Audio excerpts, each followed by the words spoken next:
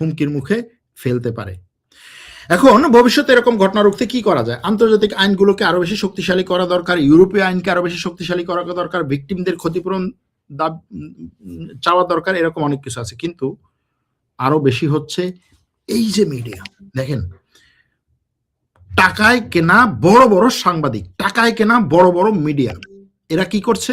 এরা এই যে মানে আপনার বিরুদ্ধে ব্ল্যাক প্রপাগান্ডা ছড়াচ্ছে। আপনাকে সাধারণ একজন মানুষ কিন্তু আপনাকে সন্ত্রাসী হিসেবে সে একেবারে প্রমাণ করে ফেলছে, এবং সেটার উপর ভিত্তি করে বিভিন্ন দেশের রাষ্ট্রের বিভিন্ন সংস্থা আপনাকে জেলে পুরছে। আপনি 20 বছর জেলে পড়ার পরে আদালত এইটা সেইটা করে তারপর হচ্ছে প্রমাণ হচ্ছে যে না, সে আসলে সন্ত্রাসী ছিল না, সে এটা নাই। তো মরেই যদি তার প্রমাণ করতে হয় যে সে মরে নাই, তাহলে সেই জিনিসের তো কোনো ভ্যালু নাই। মানে 20 বছর জীবিত থাকার পরে যে মারা গেল, তারপরে তার প্রমাণ হলো যে আসলে তো সে এই 20 বছর মরে নাই, তো সেই জীবিতর তো কোনো ভ্যালু নাই। আপনি 20 বছর তারা জেলে পড়লেন, জেলে পড়ার পরে জেল থেকে বেরোলো, তারপরে বলা হলো যে না আসলে আমরা ভুল করেছি, তুমি আসলে ভালো মানুষ ছিল। কিন্তু এই যে জীবনটা চলে গেল, এই যে মানে অনেক কর্মকাণ্ডকে হচ্ছে আপনি আটকে দিচ্ছেন, ভালো কাজগুলোকে আটকে দিচ্ছেন। এটার বিরুদ্ধে কি করা দরকার? সচেতন হওয়া দরকার, সচেতন হওয়া দরকার। এবং এই যে এই ধরনের প্রোপাগান্ডার বিরুদ্ধে কাজ করা দরকার। কিভাবে কাজ করা দরকার? আপনার মিডিয়াতে কাজ করা দরকার, আপনার হচ্ছে রিসার্চ সেন্টার নিয়ে কাজ করা দরকার। যারা রাষ্ট্রের জন্য মানুষের জন্য কাজ করবে, রাষ্ট্রের জন্য মানুষের জন্য কাজ করবে, তাদেরকে সাপোর্ট দেওয়া দরকার। সিম্পল জিনিস, এর বাইরে আর কিছু নাই।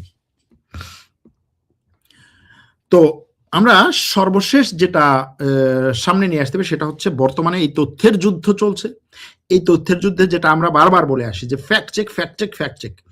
ফ্যাক্ট চেকিং এমন একটা জিনিস যে আপনার প্রত্যেকটা পদে পদে এটা দরকার হবে, এটা নিয়ে আপনার লড়াই করতে হবে।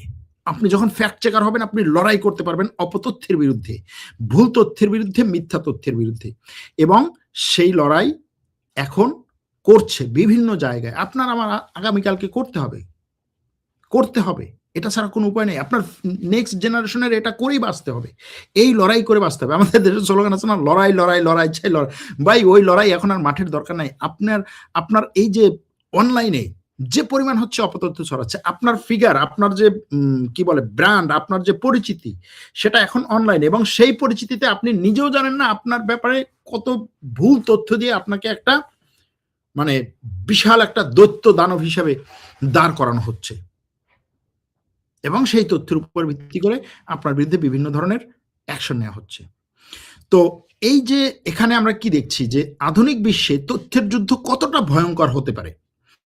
এটা শুধুমাত্র যে একটা নির্দিষ্ট গোষ্ঠীর বিরুদ্ধে তাই না, ইউরোপের গণতান্ত্রিক কাঠামোর ভেতরে ঢুকে মুসলিমদের স্বাভাবিক জীবনযাত্রার উপরে একটা সুপরিকল্পিত আক্রমণ করে পুরোপুরি, শুধুমাত্র 2-3টা দেশ না, পুরো ওই দেশগুলোতে মুসলমানদের জীবনকে কিভাবে দুর্বিষহ করতে পারে সেটার একটা বাস্তব প্রমাণ আজকে আপনাদের সামনে তুলে ধরলাম।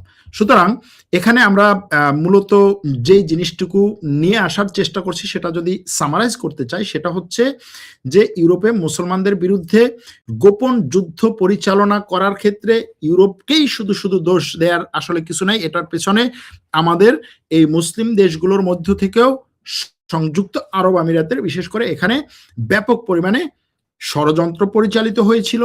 সেই ষড়যন্ত্রের চালচিত্রে অনেকগুলো কাজকে তারা সামনে নিয়ে এসেছে, যেমন সুইস গোয়েন্দা সংস্থাকে টাকা দিয়েছে, আলপ সার্ভিস জেনেভাতে কাজ করেছে। মূল উদ্দেশ্য ছিল মুসলমানদের ভাবমূর্তি নষ্ট করা। অর্থায়ন করা হয়েছে প্রায় $6 মিলিয়ন মতো, টার্গেট করা হয়েছে 1000-এর বেশি লোককে, 400-র বেশি সংস্থাকে। এরপরে সম্পর্কহীন ব্যক্তিকে, যাদের সাথে কোনো সম্পর্ক নাই, তাদেরকে কাল্পনিকভাবে যুক্ত করে, সন্ত্রাসী নেটওয়ার্কের সাথে যুক্ত করে তাদেরকে দেখানো হয়েছিল।